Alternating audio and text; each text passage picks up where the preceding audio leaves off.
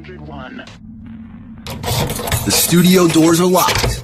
This is a closed set. Will Murray.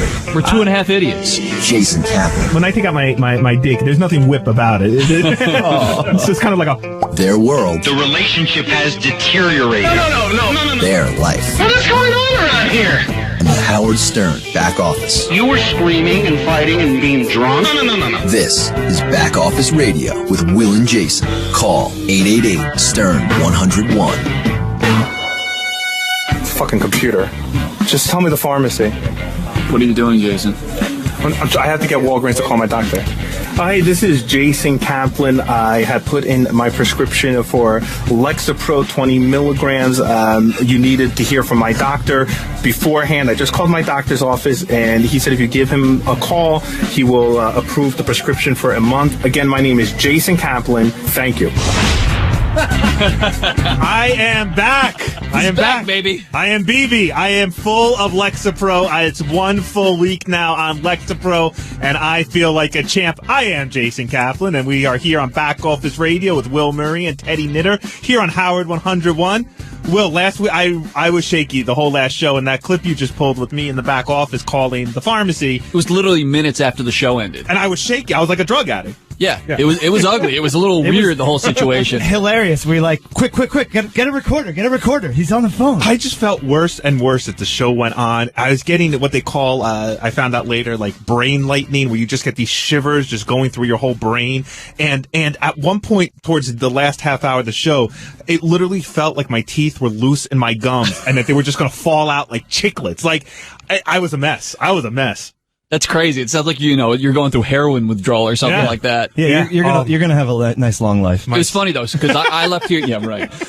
I left here Thursday, and you were a mess. Yeah. And then I come in Friday, and you're like, first thing I hear is you talking about the Yankees at the top of your lungs, and I go, Jason's back. Hello. You got the prescription filled. Personality in a bottle. I love it. It's Lexapro, and I saw my doctor on Friday.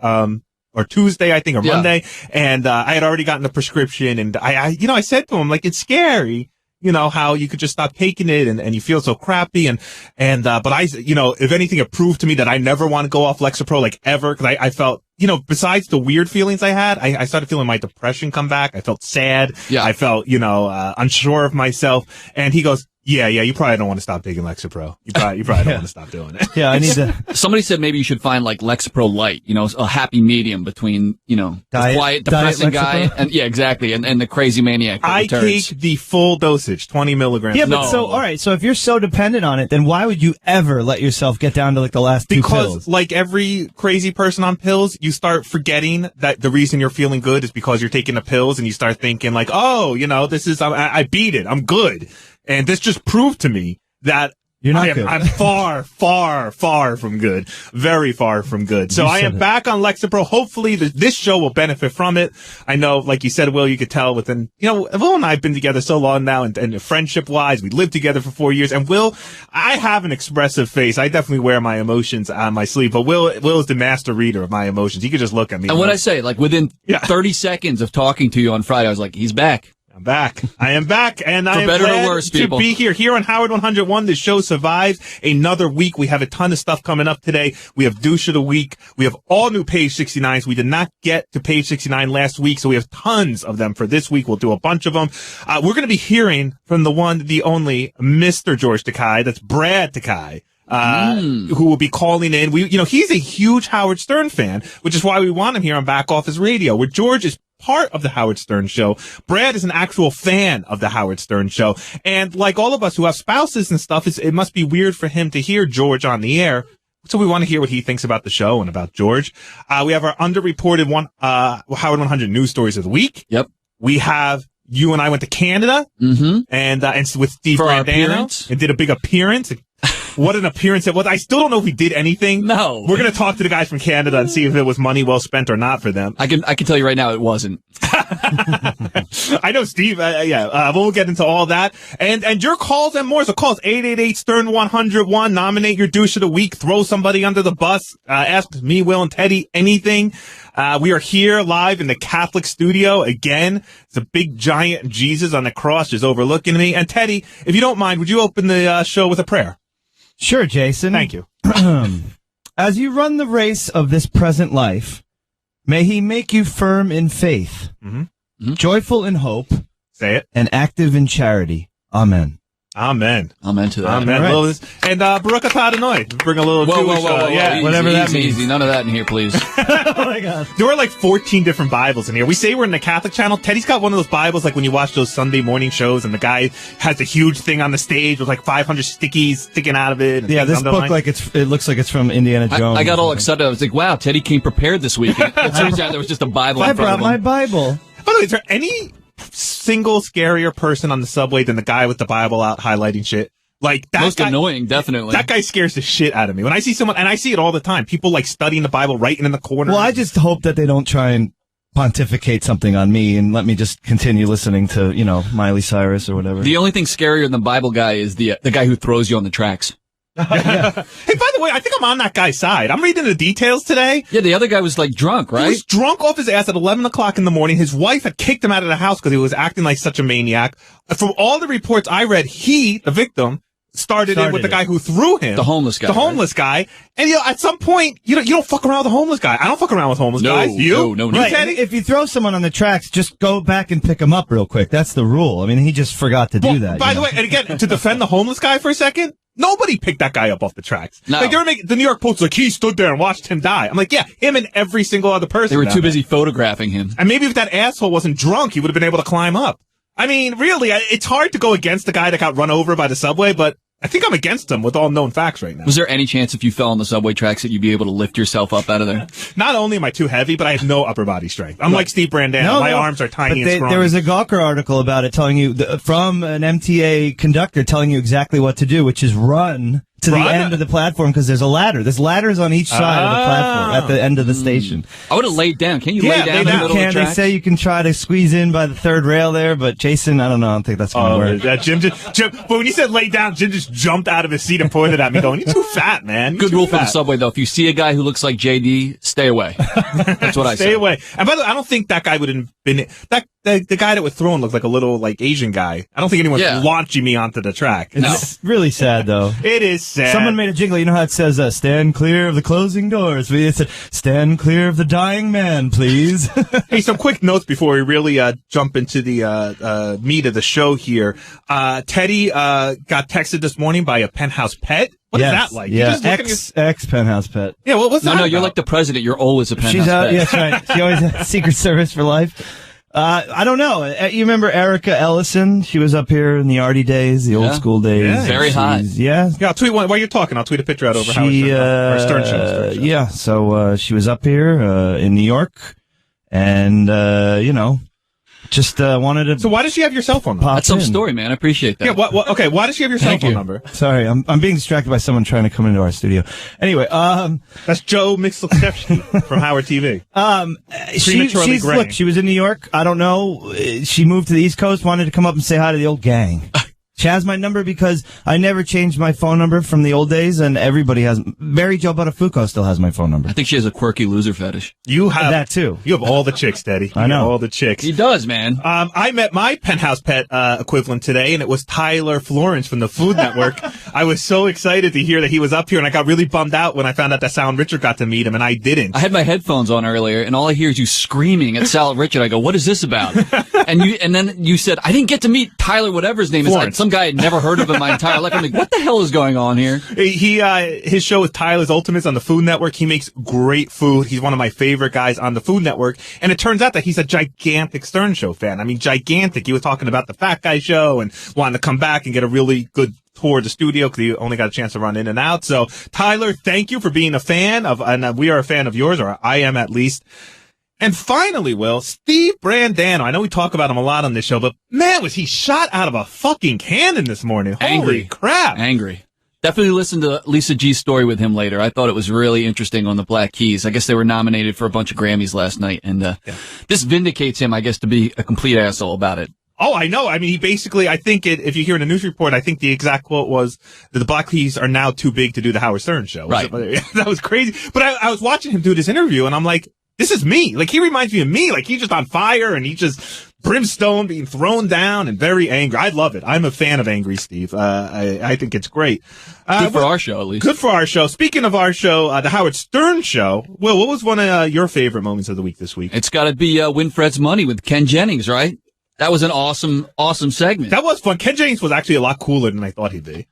Well, yeah, because you thought he was an enormous nerd. So basically, with no personality, threw an F-bomb out there, you'd think he's cooler. I thought he was good.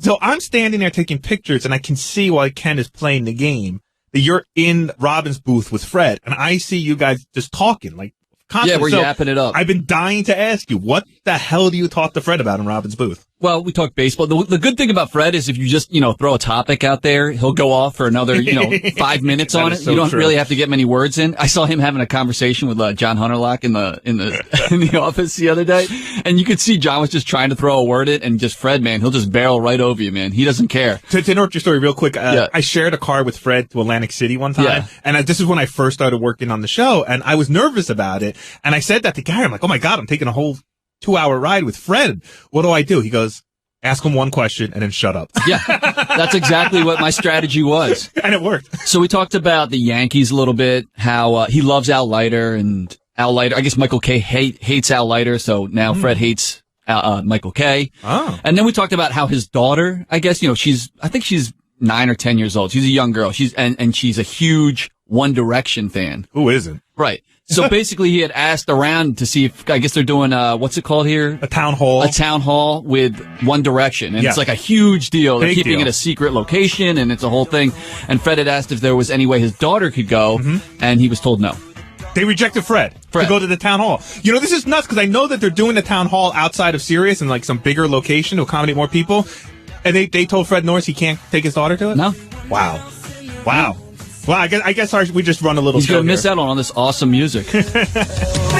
God. nobody else. Everyone tuck their cocks and dance. Is it wrong that I like this song? Yes.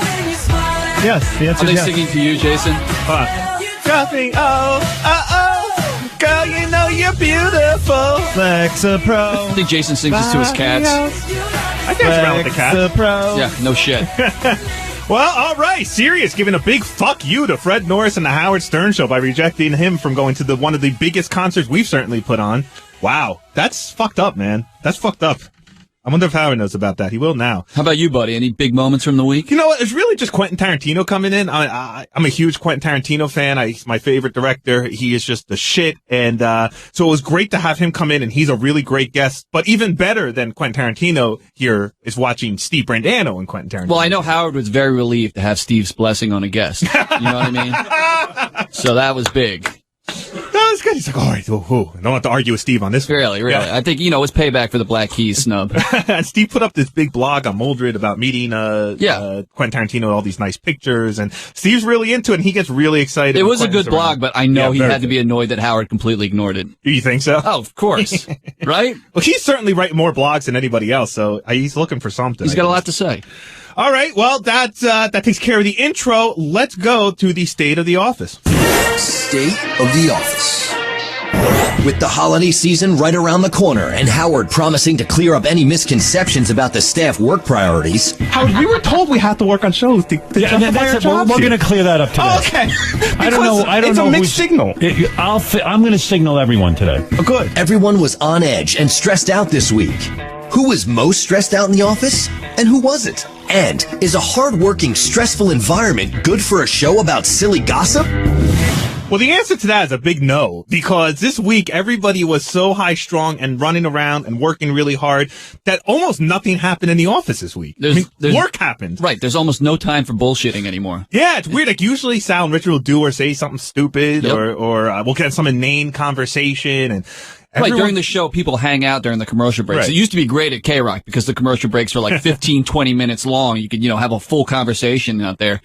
Now it's a little quicker, but still people will gather in the hallway for a minute and they'll, Right. catch up or whatever. But it's a thing of the past, Jason. It really is. So, to be clear, I mean, there's nothing bad going on here. Just Howard wants everyone to refocus and set their priorities straight. And He wants really people to work. double down. And it's funny because the guys that are already working hard aren't that affected by this Absolutely. new edict, if you will. Me, you, Steve Brandano, guys like us.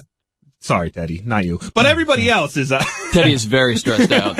So Clearly, look at him. And may the blessing of Almighty God, the Father and Son and the Holy Spirit come down on you and remain with you forever. Amen. Oh, the greatest fiction story ever told. Where was I first? Yeah, so it's not really Everyone's stressed out. Everyone's stressed out, though, and I say, so Sal and Richard have been just gone. I mean, they have disappeared into their office. They're working hard. They're working very hard. They're punching out, putting out tons and tons of bits. Gary has really been the, as you wrote on the sheet, the Baba Buffer for us. Yes. He, he's the one in charge. He gets paid the gigantic bucks, and he is the one that really deals with Howard and any issue Howard has with the office. He seems very stressed out. He seems beyond stressed out. It's weird. It's weird that he. Well, I think he's taking the brunt of the whole thing. You know, he's the one that has to be responsible for everybody in the office. So, I tell you, comes down on him. It's the hardest 3 days of the week for Gary. Oh. It's rough. It's very, very. You think rough. that's what it's all about? What? That's why he's stressed out more than everybody else. No, why would you be stressed out when you get 5 days off a week? What do you mean 5 days off a week? 4 days off a week. 8 day week. Teddy wants that schedule. Yeah. I honestly, I tried to talk to Gary about it, and I listened. He's basically, I think he's just being held responsible for a bunch of stuff. But that's really all there is to report on the back office. There's not in much. that sense, is that everyone is keyed up. So let's take some. Usually calls. when people are all stressed out too, they lose their appetite. But no, not in our. Luckily, we don't have that problem in this office. Jeff in Detroit, welcome to Back Office Radio. Hey, what's going on, Jason? What's up, man? I'm talking about Lexapro, man. I was on Lexapro for 10 years. I wanted to stop taking it, so I went to my doctor. It was wintertime. He told me he didn't want to take me off in the winter because it's gloomy and whatnot. So I decided to take myself off it.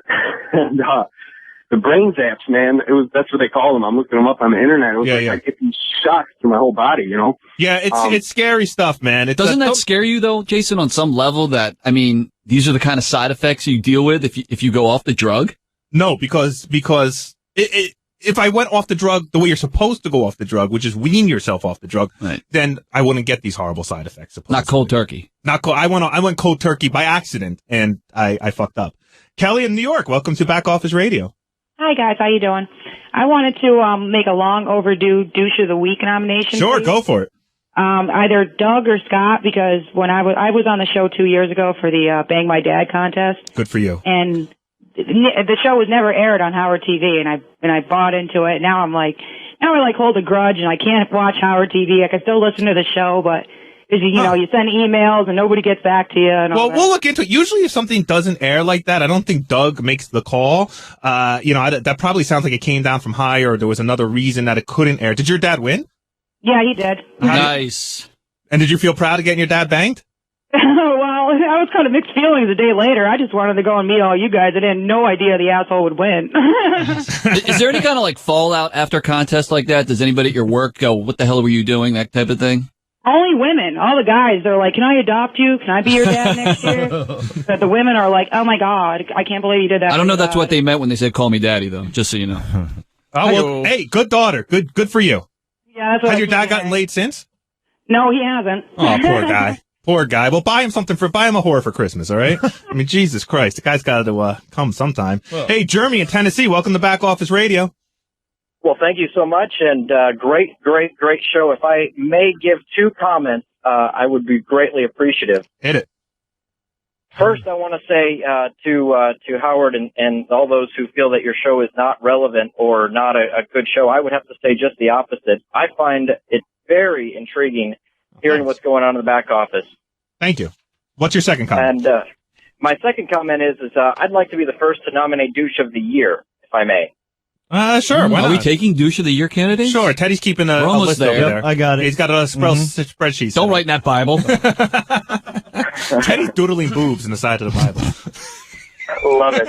I would like to nominate Eric the Ungrateful Extra. Oh, yes. That's Eric. Good one. I like Eric the Extra, personally. That's my favorite. Or just Eric from California. Somebody tweeted me the other day. He said, Eric's only willing to play himself, so it should be Eric the Eric. Eric the Eric. I like that one. Eric is absolutely one of my favorite people on the show. He is. So, Teddy, if you could Al, our board up, if you could hit the music, I need to make an announcement to the world here. I used to think America was the greatest country on the face of the earth. I used to think we lived in the land of the free and the brave. Go on. There's no better place than here. Right here, right now. But I'm wrong. Because we were hired for an appearance, and we spent a weekend in Canada. And I have to say, Canada might be my new favorite country in the whole world. Really? I had the best time in Canada. Is it because it's all white people? Yeah, was it? I didn't notice. Oh, please. I mean, there weren't any Jews I met up there. I don't know. Everyone was very relaxed. Everything was just rational. I mean, from the airport, which was, by the way, had free food, desks. I mean, we're waiting for the airplane. We're sitting at full desks with our own lamps and our computer stations, and they had cookies and coffee. And you actually went to go buy something. Right. When we were waiting in the airport to fly back. First of all, when I'm going through airport security, she goes, those shoes don't look like they have any metal in them. You can just go right through. I didn't have to take my shoes off. That's point one. Second, I went to go get some food, and they're like, our credit card machine's not working right now. Why don't you go sit down and eat, and then we'll come find you later. Of course, they never found me. I got on the plane and I left like the ugly American I am.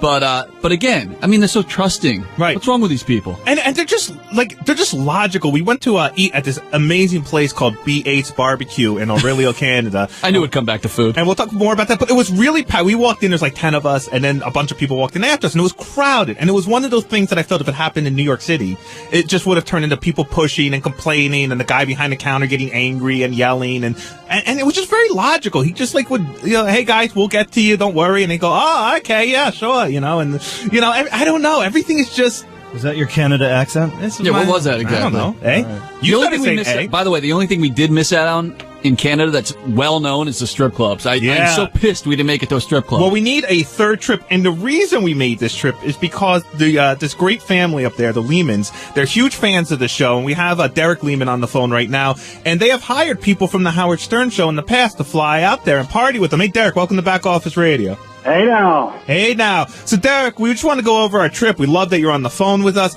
So, first of all, Will and I have been discussing this since the flight home.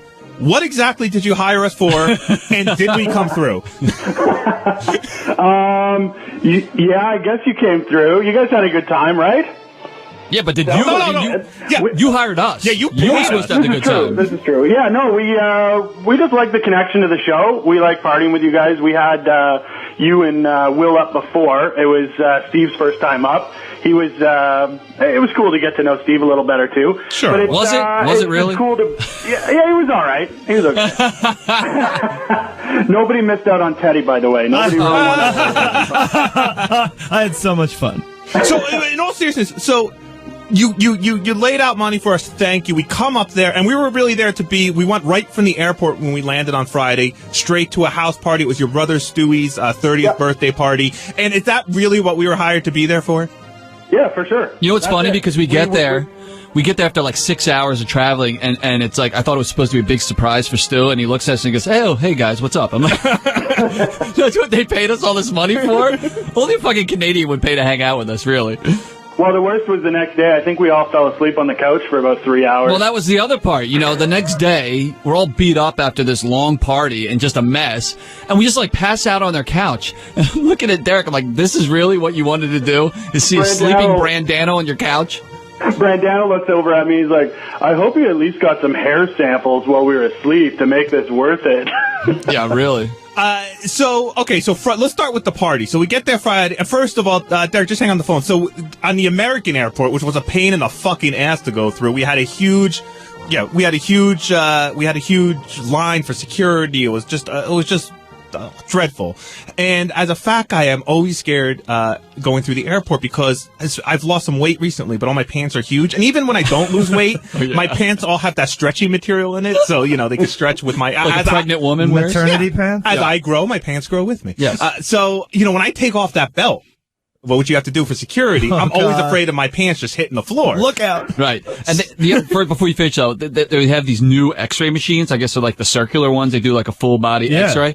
And literally, the opening was probably 2.5 feet. I was like, please, I hope Jason can't fit through that thing. I kept praying, please don't let him fit through there. So I had to find, the night before we left, I had to find a pair of pants for my slightly skinnier days so they'd be a little bit tighter on me. And, but yeah, there's always that cold sweat. Like I wait to the absolute last second to take my belt off. I thought those were meat sweats. You gotta get, sweatpants or something, I have more than one kind of sweat. Yeah. Oh. No, I'm not wearing sweatpants. That's so tacky. All right. To the fucking airport. Oh, yeah. A little other note. So then we fly. It's an 1.5-hour flight to Canada on Porter Airlines, which, by the way, if you have to fly Big plug. Porter. Yeah, they were awesome. Will spent the entire flight looking at pictures of Owen and video of Owen and just sitting there just like a dad. No, it was gay.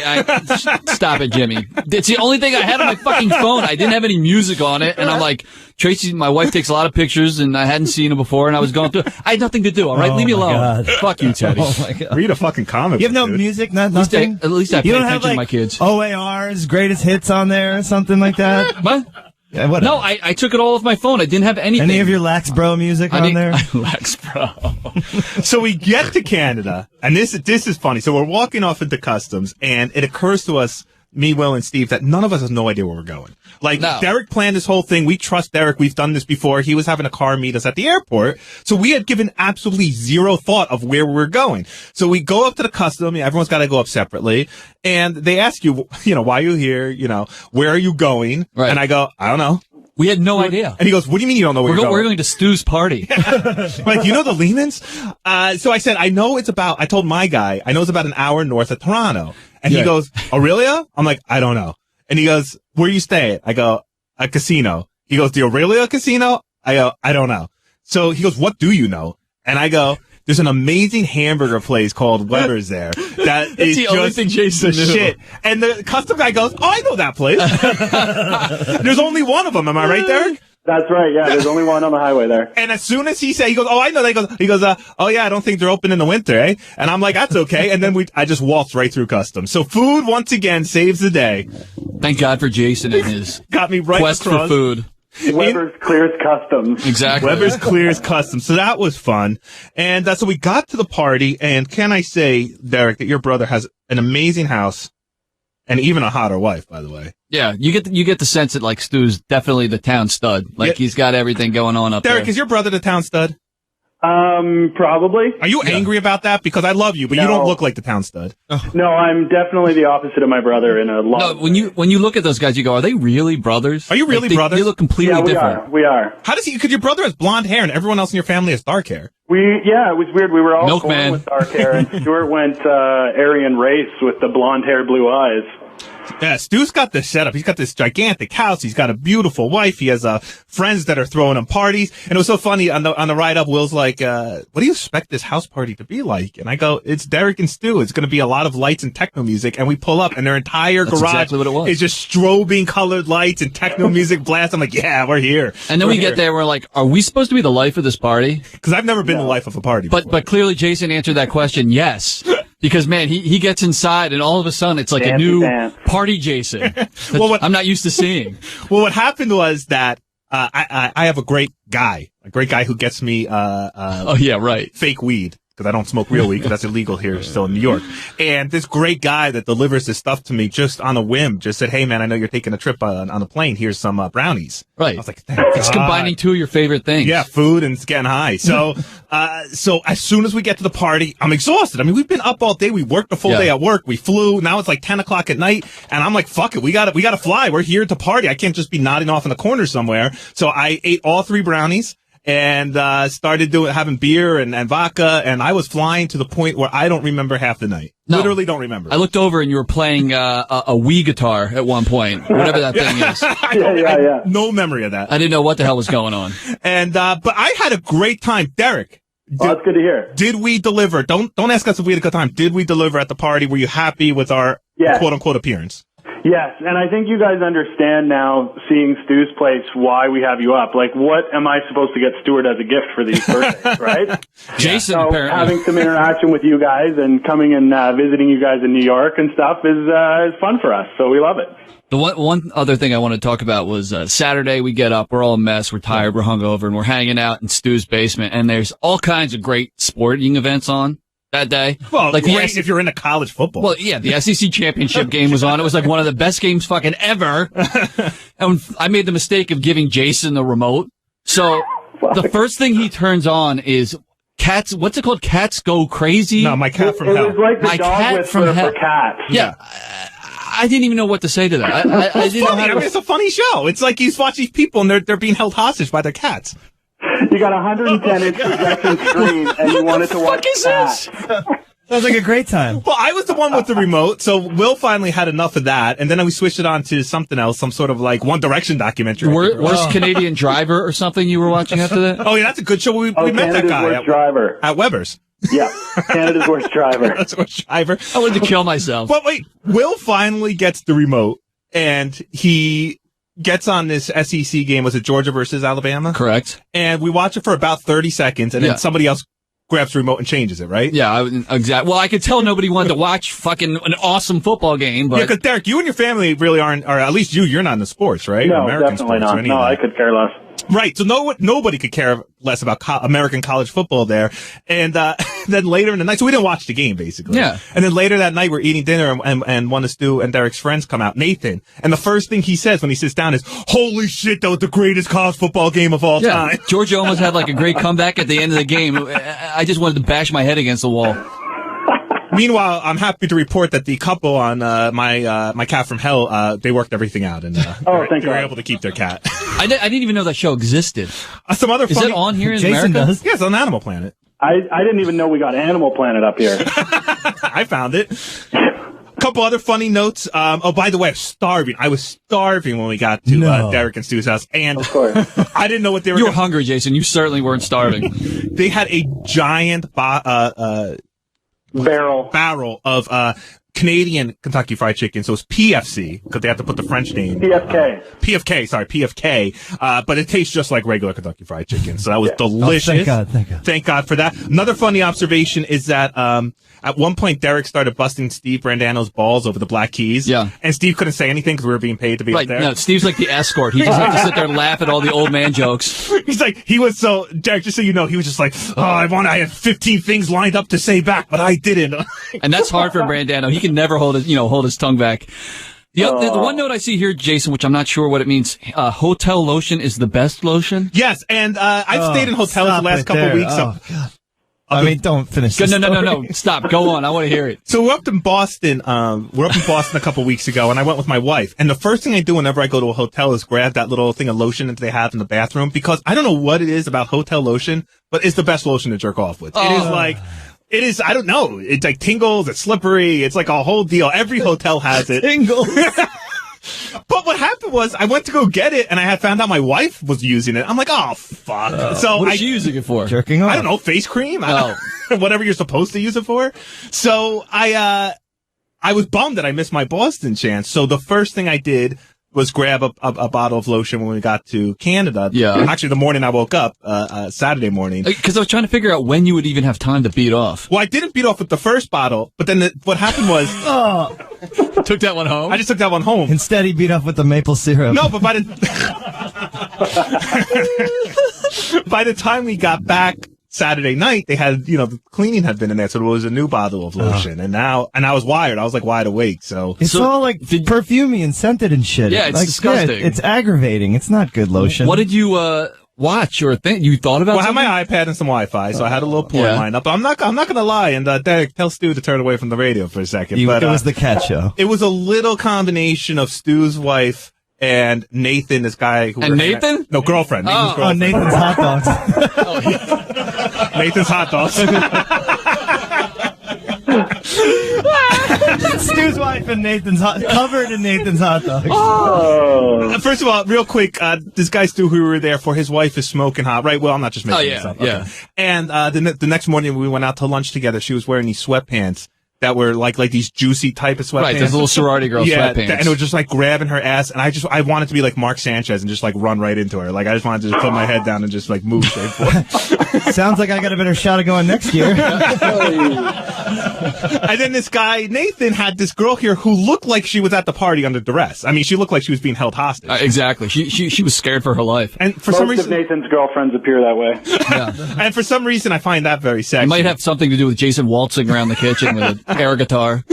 So it was a little combination of some internet porn and some of the girls I had met over the weekend, and that's what got me off. Derek, couple notes, and then we have to ask you a question, then we got to run out of here. Okay, first of all, I don't know if you heard, but I said Toronto specifically, but Canada in general seems to be one of the greatest places on earth. That is awesome. We went to B8's in Aurelia, had the best poutine I've ever ate in my entire life. Poutine are fries with cheese curds and homemade gravy, and it was heaven. Heart attack in a box. Real poutine has cheese curds. Hell yeah. So that's the key. Derek's my fat buddy. Oh, that's the other thing. Derek really is like the Canadian version of Jason. Is he really? Like Absolutely. every time they drive around somewhere, all they would talk about is fat guy tips. Like Derek had this tip about like if you're at a buffet line and the butter's really cold, you hold it under your plate while you're getting your other food so it warms up in time to butter your roll. Genius. That is genius. Thank you, Daddy. You're impressed by that? Well, yeah, I am, Well, actually. then you'd love this trip because it was a whole night filled with tips Nothing like I hate that. more than hard butter. That tip was from Derek, by the way. I don't want to take We credit for that. discussed sleep apnea, buffet tips, Right. elastic Fat guy belts, problems. all kinds of good stuff. I told Derek that I seem to have a fat line that I could cross when I start snoring.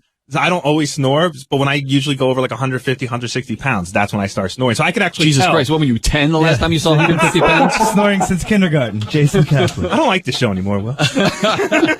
And by the way, big fuck you to Steve Langford, who always badmouthed Canada to me, and for some reason I believed him. All right, hold on. Let's get to our final question. Okay, with final Derek. question. Thank you. So, Derek, after the appearance, you've now met all three of us. If you could only hire one of us, who would it be? Ooh, drum roll. Moving forward. This is tough. Come on, you need an answer. I think Jason and I have the most in common. Oh, fuck you. Fat I'm brothers sorry. unite. All right, number two. Yes. Good answer, Derek. And that's it. No, Thanks wait, for joining us. Oh, no, that's so better. Derek, who's second? Steve or myself? Will. Okay. All right. I'm I'll take sorry, that. Steve. Brandano was wrong for the ride. Hey, Derek, in all seriousness, you have just the best family in the world. Your sister, thank your you. mother, your father, your brothers, your friends. And lots of hot girlfriends. Lots of hot Oh, my girlfriends. God. There must have been like 12 10s at that party. And, Derek, if we're ever up again, we got to do the strip club. We have to You do the guys strip will club. be up again, and we're going to do it in the summer. Hell, these guys it's on gonna a be boat. a lot better out on the boat, out on the lake, at the cottage.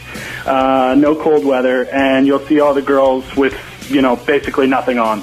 I'm on And a sometimes nothing motherfucking on. boat. Derek, That's right. thank you so much for everything. Thank you for calling in. I appreciate it. You're listening to Back Office Radio. When we return, we will nominate our douche of the week. We'd love to hear from you who you think the douche of the week should be. So give us a call, 888-STERN-101. We'll be right back. This is Back Office Radio with Will and Jason on Howard 101.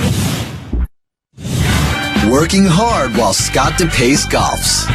This is Back Office Radio with Will and Jason on Howard 101. That is correct. Only some of us are working harder now, not all of us. Welcome The back ones that to aren't working hard are very stressed out right now. By the way, Except Teddy. I gotta say, and I am so. I heard something today that just pissed me off so much regarding work ethic around here. Go ahead. That Scott the engineer is taking off every Thursday and Friday. Well, he had the vacation days. Yeah, so do I. They don't carry over. So do I. I'm Right. gonna end this year with I think 10 I do extra too. vacation days. Right. Yeah, I mean, Well, exactly. We're all going to have What- extras. He's Maybe on he's Howard's working schedule from now? home. You're working from home. First of all, from what I've heard of Scott's house, who wants to be there? Like, I know what's that going on in my house. I have a couch and weed and a nice wife. And Oh, what are you trying to say? I don't know. Scott spends a lot of time on the phone. I don't think it's his wife he's talking to. Oh, my God. No, I mean, it could be his buddy. His buddy. It's Buddy. It's His Buddy. buddy. His buddy. There it is. He's ordering Lexapro. So even though we're in the middle of a huge archiving project right now, Scott working the Howard schedule. That's Teddy's nice. life is a vacation, by the way. Not really. my I just have fun. Teddy, we're Save back. us, Savior of Thank the you. world. By your cross and resurrection, you have set us free. Yes, That yes. was deep. Thank you, Jesus, You're for welcome. setting us all free. Hey, we got some nice tweets. Of course, you can follow us all on Twitter. I'm at SiriusJ, J-A-Y. Will is at Merman78, and Teddy is at Ted Microphone. Matt Cost on Twitter says, dude, Weber's rocks. That is the hamburger place in Aurelia, Canada, and it does rock. Mike in Tampa says, Teddy is so bad on air. No. Artie should have killed the douche. Oh, yeah. He left the voicemail, too. He's real busy. Ross says, welcome back, Cap, and thank you, Lexapro. And finally, a celebrity tweet, and we got to get this guy on Back Off His Radio because he's just the man. Mark McGrath, Again? at Mark_McGrath writes, Back Office Radio is the truth on the Howard Stern channels. If you want to know what true fans want, look no further. Thanks, Tim. Mark, thanks, buddy, and we'd love to have you down here sometime. Just He's the talk best. Stern. He really is. He's a down-to-earth guy. Every time he comes back here, he makes sure to say hi to everybody. Yeah, he Good is guy. awesome. Thanks for listening, I Mark. think I'd sleep with him. I mean, what? I thought you did. I go for it. Welcome back to Back Office Radio. If you'd like to give us a call, it's 888-STERN-101. That's 888-783-7610. Nominate your douche of the week. And also, in a few minutes, we're going to be hearing from Brad Takei. So, call in if you have any questions for him. But, first, let's hit it. Douche of the week. All right, Teddy, I got a big blank next to your name. Did you figure out a douche of the week yet? My douche of the week this week is your friend Derek in Canada for not inviting me to Canada. Fair enough. So, Derek, you are my douche of the week. I get a feeling I'd be jealous if Teddy came up to Canada because I think he'd immediately just be the life of the party and just probably walk off with 4 different Canada chicks. Everything you did besides beating off with scented lotion sounded really fun. It wasn't that scented. All right. It was a little scented. I almost ran out. I think I'm almost done. I mean, I haven't used this since we got back. Enough. It's like a fetish for you. It really is. That and poutine. Oh my God. So good. You know what I love? Would you beat off with poutine? Yeah. No, I've never beat off with food. That is a fact. I would tell you if I did. I just haven't. I am nominating Lisa G. Now, I like Lisa a lot. I do. Oh, I'm sorry. We didn't finish up. So Teddy nominates Derek for Canada for his. Oh, we did. Do it again. Of the week. Just stretching out some time here. I nominate Lisa G, and I like Lisa G. This isn't Lisa G bashing. I'm not going after Lisa. Don't turn off the radio. But she just did something so obnoxious to me the other day. And really I just really hit me the fucking wrong way. So Howard and Quentin Tarantino are on air talking about like stuff that they do with their wives that they don't normally like to do, like go to the ballet and that sort of shit. So Lisa comes to me. She goes, well, where do you go with your wife that you don't like to go? And I'm like, well, none of us ever leave the house, so nowhere. And I go, the closest we come to going anywhere is watching television. So my wife loves wedding shows. That's all. She watches them all. Say Yes to the Dress, and this one where a bunch of women go around and judge each other's weddings. And I know there's 50 of them on. So I told Lisa that, and I said, I like watching TV with my wife. It's something, it's what we do together. So if I had to pick a wedding show that I could tolerate, is this guy David Titera. And she just looks at me. She goes, are you gay? I'm like, what? She goes, no, seriously, are you gay? Because you watch a lot of wedding shows. I'm like, fuck you! Like, just fuck off! Like, back the fuck off! Like, I was like... Are you telling me that a guy watches a show about cats and being disciplined might be gay? Are you telling me that's a possibility? I'll volunteer that information. Are you telling me that a guy that has a screensaver of his little white dog might actually like cock? Excuse me, how many pictures of little babies did you look at on the plane?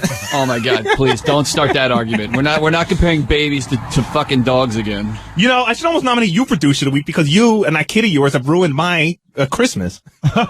Are we getting into that now? You know what? Yeah, because you're starting to piss me off. Yeah, John Hine, and I'm not going to say because it's a big deal, but let's just say that there was a plan to go do something very, very cool. Well, you could say we're going to go to a steakhouse. Right? We're going to go to a steakhouse and we'll put the kibosh on it. It's now moved. I didn't put the kibosh on anything. I said I had to deal with Owen the night that this event was planned, and I was just annoyed that I couldn't go. I'm annoyed that my life no longer belongs to me, That's Jason, right. Okay? But now it's been moved because of you, and that's great because I want to hang out with you. I whined for like 3 minutes, and I apologize for that. And I said to John, you don't have to move the date for me. I was just pissed in the moment because I would love to hang out, and I can't. That's what happens now. It's a different fucking life. Yeah, so now the lunch or dinner is taking place in mid-January. Mid-January. Who gives a shit? Well, it was supposed to be a Christmas lunch. Not the fucking Martin Luther King Day lunch. You're Jewish. You don't even care about fucking Christmas. I like the holiday season. It's just, because what's happening is Owen is now affecting my life.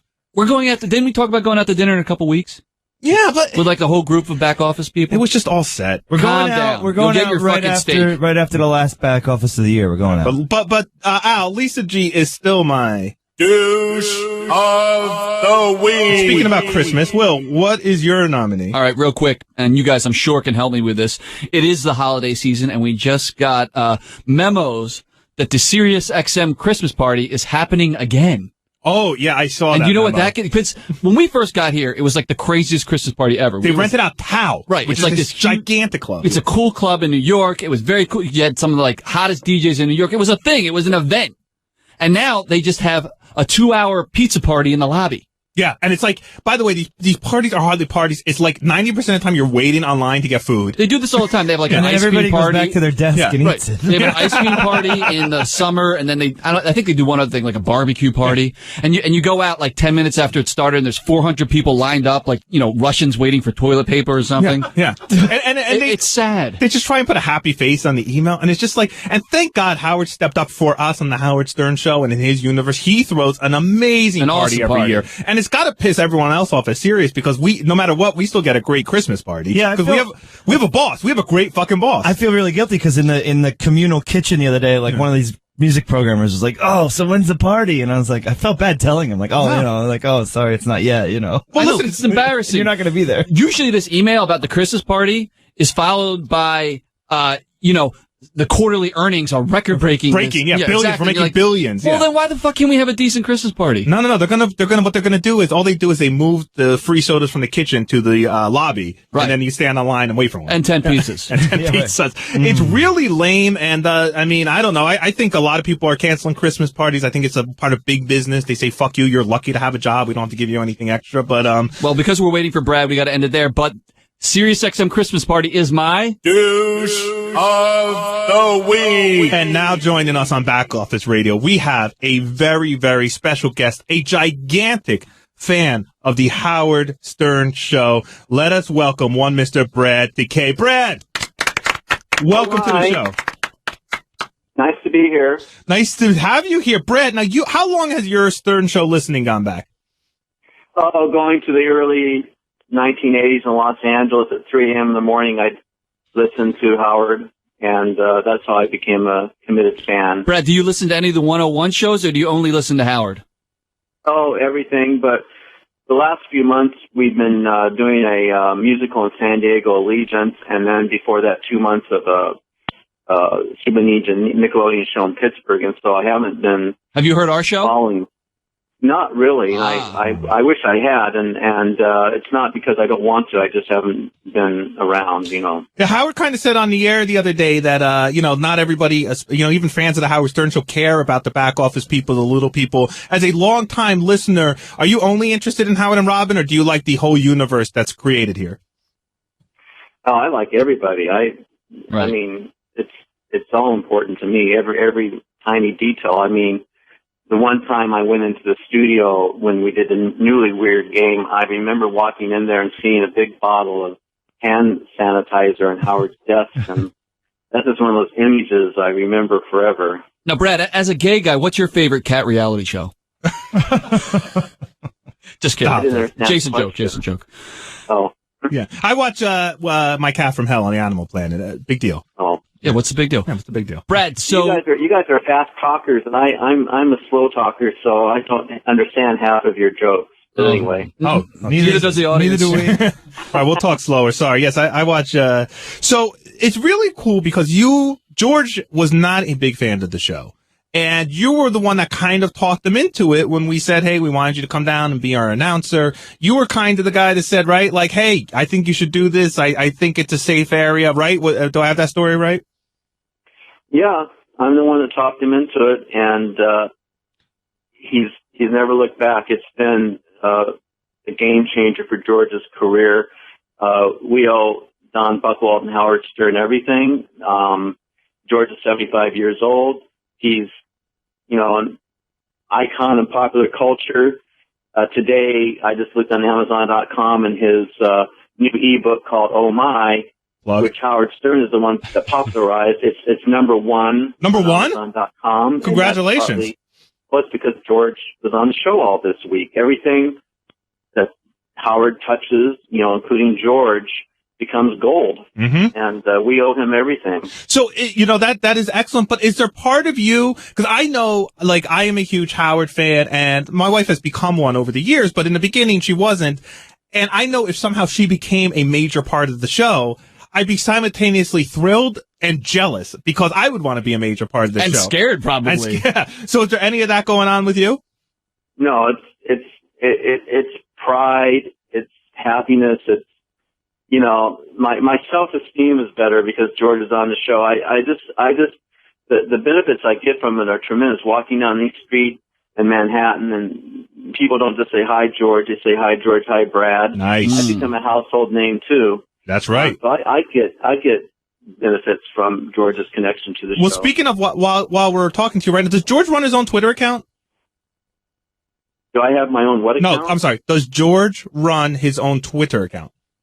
Oh, absolutely. He does all the internet stuff. Because he just And tweeted. I do some. Oh, he just tweeted your Christmas gift. You could go check it out later. He's getting you, not to ruin the surprise, it's a Star Trek Enterprise pizza cutter. He just tweeted that, yes. That sounds They're like so George. cute. Brett, do you listen to the show when George is on? You used to say you wouldn't listen. No, you know what I realized is, when I listened to him in the early days when he was, the announcer, he would come back from the studio and I would be correcting him. I'd say, you should have said that. That's not correct. You could have done a better plug on XYZ. Now, at 5:15 a.m. in the morning, when he leaves our apartment and goes down to the studio, I give him a kiss and I say, have a good show. Just tell the truth.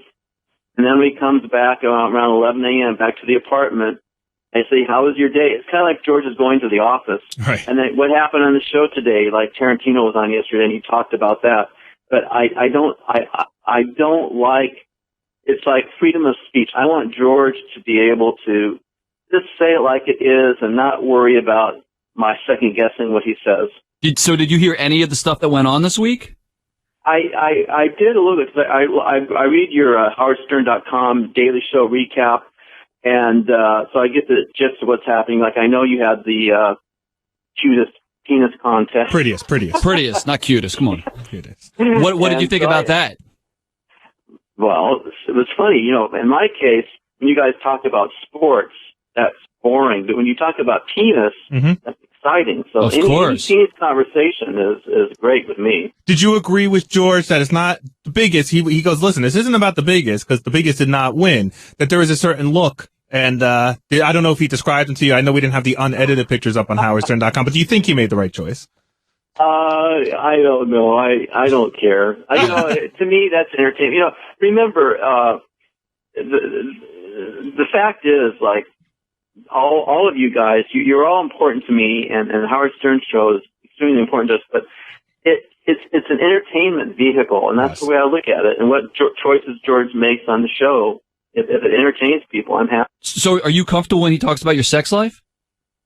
Well, I don't know. It doesn't seem to me to be, and I don't really think we're boring people. Every night it's the Brian Williams NBC Nightly News. We go to bed early. We do practice sexual fidelity. I was sort of surprised that we finally had something interesting about a year ago when we had bed bugs in our apartment, and finally we made the National Enquirer. But that's about the most exciting thing that's ever happened in our lives. But what's your Sorry, Brad, but what's your defense when George says, you don't give him, he'd like to have more sex? I don't really, I don't have a comment on that. You don't really care. Hey, that's what my wife says. It's the same conversation. That's why you have all that hotel lotion. Yeah. I go to Jan's, I go, I want more sex. And she goes, I have no comment about that. I don't really give a shit. I don't really care. Hey, Brad, real quick, and then we'll let you go. Who is the hottest guy here on the Howard Stern Show? To you. If you could crack one of these twinks, who would it be? Well, I like older men, because, George is an older man. So I would say it would be between, Howard Stern and Tim Sabian. Oh, really? Ooh. You like a bear like Tim, huh? Oh, absolutely. I think Howard is good too. So those would be my choices. I think Tim and Brad would be good together because, Tim is really outgoing. He's like revved up 100 miles an hour in everybody's face. I mean, Tim's like the mayor of Sirius. He runs around here and grabs people and hugs them. And Brad's, kind of laid back and easygoing. And I think the combination of the two of you like that would be a lot of fun. Tim's got that explosive ass, so be careful back there. You know what I mean? I love the extroverted people. I do love that. Yeah. Brad, next time you're up here, we'll ask Tim if he'll wrestle you in the studio. We'll do this whole, That would be hot. I mean, very good segment. I'll do anything for the show. So we'll remember that. I'll be there. Well, you'll judge the next prettiest penis contest then. Yeah, that'd be funny. Hey, Brad, thanks for making time to come on, and thanks for talking George into doing the show, because aside from the fact that he's awesome on the air, he's probably one of my favorite people I've met in the last 10 years, you included, and it's just super friendly. Yeah, super friendly, Yeah, super nice. George, we appreciate that. Everybody, please go buy George's ebook, Oh My. It's at Amazon.com. It's because of Howard Stern. It's number 1 on Amazon.com this week. Brad's plugging like it's Sunday morning or something. Hey, Brad, by the way, I know I don't have abs like Jared, but one day when I do, I know you guys will take me to lunch. Dude, you definitely had sex with Jared, didn't you? Jared Fox, Tim's old assistant. You guys always went out to dinner. Oh, I don't remember Jared. Who's he? You know, the guy you wiped your cock on his face? Yeah, don't know who you're That's a talking joke. about. Yeah. Brad, thank you so much, and give our best to George, and good luck with the book, Oh My, on Amazon. That was Brad Decay. Thanks for calling in. It was great to get a little behind the scenes there in the George Brad life that we don't always hear from Brad. It's great to be behind Brad. Is that what you meant? Behind Brad. Mounting him. When we come back, Will, we did not get to page 69. We did not get to page 69 last week. We have so many of them coming up, and we have a special surprise guest for page 69. It's going to be a good one. It's going to be a good one. Give us a call, 888-STERN-101. You're listening to Back Office Radio only on Howard 101. You're listening to Back Office Radio with Will and Jason on Howard 101. All the fun of the block party without Ronnie screaming. This is Back Office Radio with Will and Jason on Howard 101. Yeah, this is John in Massachusetts. I just want to put it out there that J.D. covets. He takes inventory of what other people have and he's jealous of. First it was Jared, now it's Jason. Look at yourself, J.D. Figure your strengths and weaknesses and try to learn how to articulate. Will, you're a pretentious piece of shit. Annoying, boring fuck. It's all you do is bitch, and it's annoying as shit. I can't fucking believe Jason even would have you on this fucking show with him. Honestly, dude, go fuck yourself. I love Back Office Radio, so if my vote counts, put it in the hopper. Howard's sitting here saying A or nay on Back Office, and I say, hey! Listening to the Stern Show, and I'm listening to this big fat pussy Jason. Please don't cancel my show. Please don't cancel my show. We have good material. You fucking pussy. I love your show. But are you fucking kidding me? That fucking Teddy guy is such a douche. He's not funny. He adds nothing to your show. Check. He's sitting there fucking bitching about, oh, I can't get hung over. What a fucking idiot. I've hated that guy. I wish fucking Artie had knocked his ass fucking out. I think Jason is the douche of the century. He's that kid in school that is a teacher's pet, and he will rat you out, throw you under the bus in a second. Nobody's afraid of you, Jason. Nobody. They just don't want to be ratted out and lose their jobs. You're a fucking scoundrel. Fucking kill yourself. Wow. That is a scoundrel. I like that. People are so nice. You sounded creepier than JD. Hold on a second, Teddy. I'm tweeting out a picture of Erica Ellison here on at Stern Show. This is the penthouse pet that texts Teddy and just like hangs out with him and stuff. I thought this was funny. One of my actually, can I tell you a funny story? The text came in last night while me and a bunch of friends and my wife were all sitting around looking at something on my phone, and the fucking thing came in and said, "Never good, Erica bro." Ellison." I was like, "Huh!" And I just quickly, and then I had to fess up. I was like, "Look, I got to give her a tour." Look what? Nothing happened with a penthouse pet? Yeah, but I was like, I just got to give her a tour of the studio, and she's bringing some dude. She was here with a cop, some big dude, so it's not like, I don't know. This tweet's not going through now. Well, I sent it. Hopefully it goes through. It's Welcome all right. back Doesn't matter. to Back Office Radio. Give us a call, 888-STERN-101. That's 888-783-7610. We're still taking nominees for Douche of the Week, so call in if you have one. If you have any questions for us, if you want to jump in on page 69, if you want to just throw someone under the bus, it's always good fun. My buddy texted me during that last segment when we were talking to Brad. And he's like, we could hear the disappointment in your voice when Brad didn't call you the hottest guy in the office, you big homo. Yeah, I have to admit, I was a little disappointed. You do like to be known as the hottest. I am the tweak. I mean the twink, whatever the fuck you're calling. I mean, that's one of your things, man. Yeah, exactly. Okay, so page 69, we somehow did not get to this last week, so they have built up, they are overflowing, so let's hit it out. Page 69. All right, Will, we want to start off. Why don't you start this one with Richard and his wife, Kristen? Oh, yeah, we're going to just go through them all. Yeah, let's go through them all. Right? Yeah, let's just... So I guess Richard and his wife, Kristen, very lovely wife, God knows what the hell she's doing with that maniac, they celebrated Thanksgiving by drinking heavily, of course, and then they took a car service from New York City to her house in Pennsylvania, eastern Pennsylvania, still a 2 or 3 hour ride. God knows what that's got to cost to take a car service that far. But anyway, I guess their cab driver was like a devout Muslim. Yeah. And the entire time they were driving there, he was trying to convince Richard to become a Muslim. Oh, Jesus While he's Christ. like hammered the whole time. I guess his wife passed out. And so we almost had Richard, he almost came in here wearing a burqa on Monday, I think. That's good. Yeah, I have to say, Muslims don't drink. I think the guy was trying to save their life. I think that's... yeah, he could never be a Muslim. Yeah, I don't think so. So here's a weird one that we've actually been meaning to get to for a while. So we had Sarah on a few weeks ago. Sarah is Tim Sabian's assistant, ex-assistant. We had her on because she was leaving for another job, and later that night we had a little get together at the bar with her.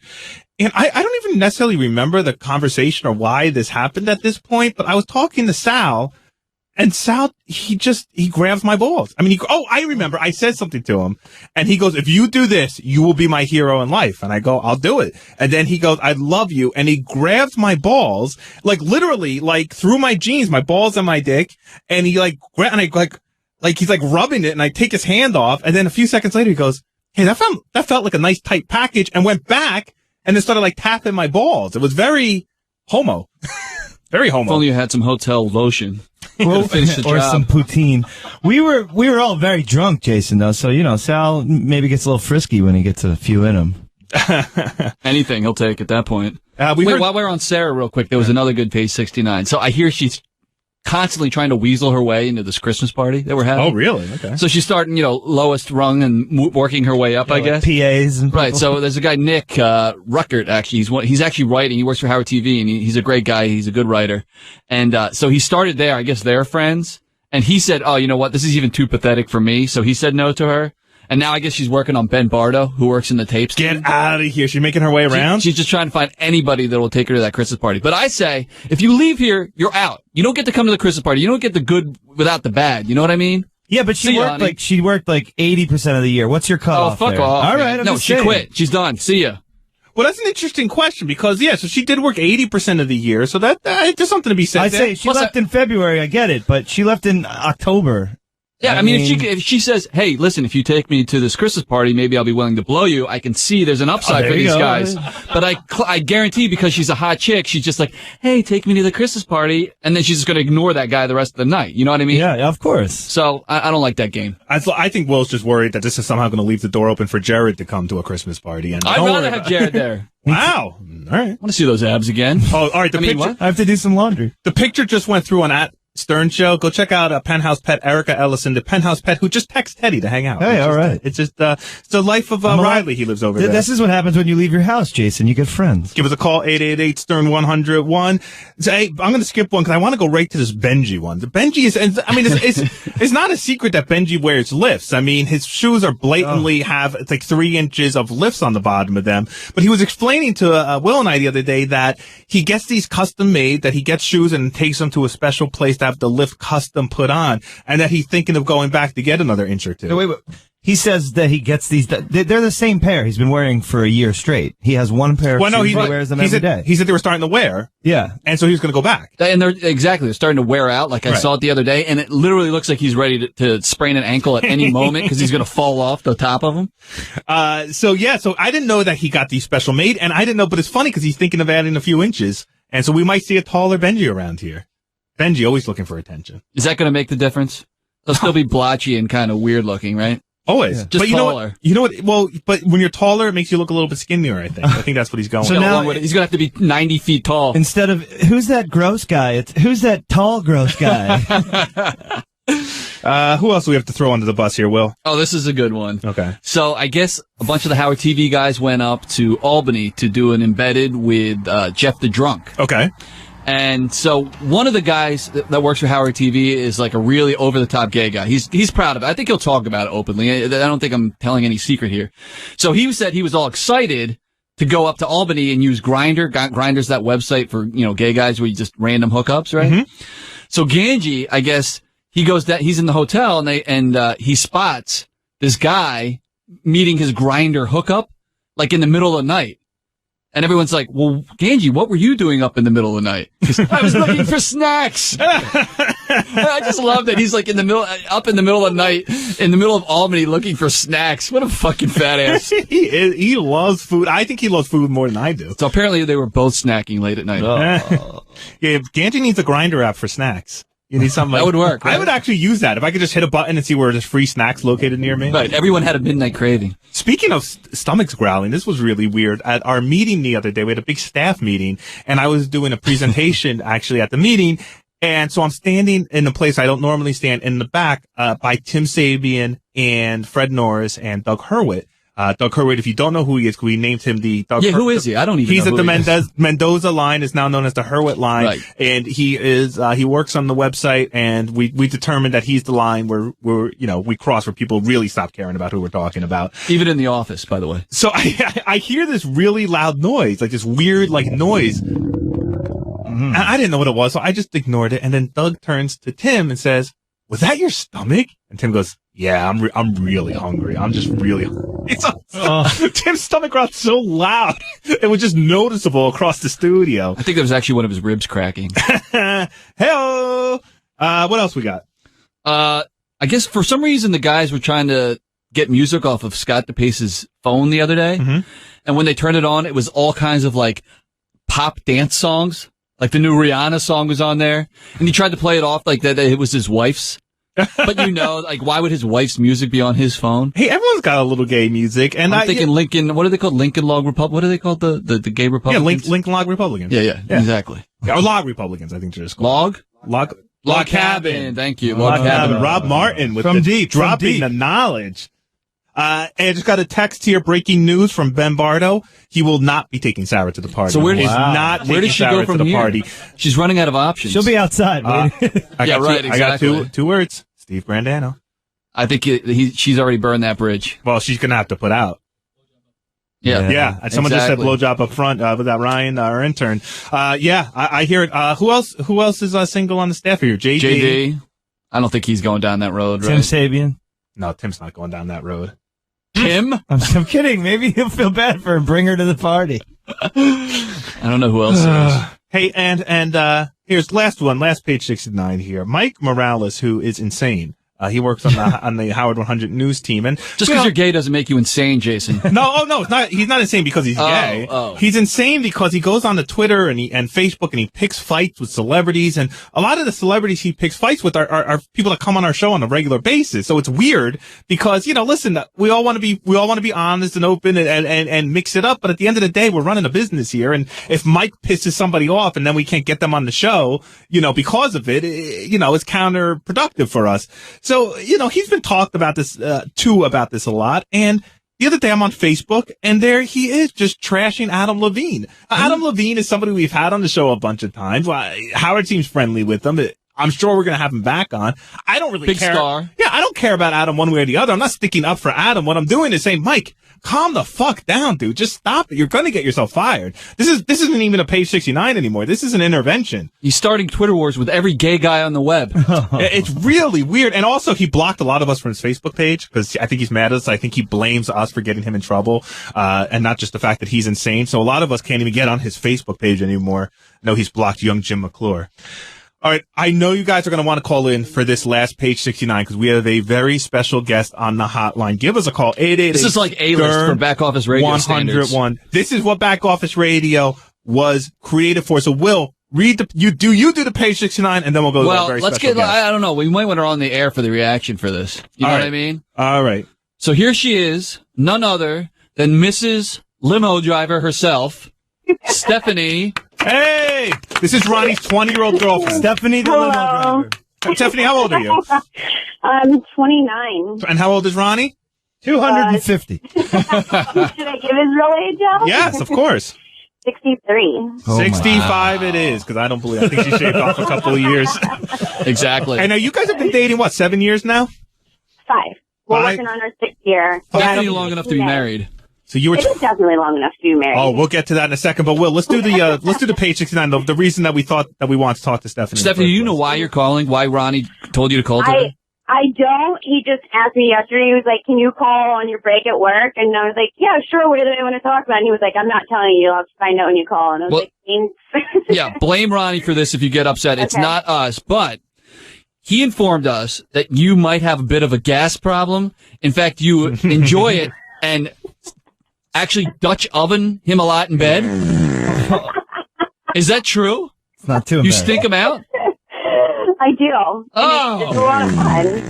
What the fuck? So Hold on a second. Whoa. Hold on a second. Sorry, Stephanie, hold on a second. Yes. I'm so put off right now. I'm sorry. No, not you. Not you. You fired away. It's fine. I just got this insane text from my wife. What you say? Oh, no.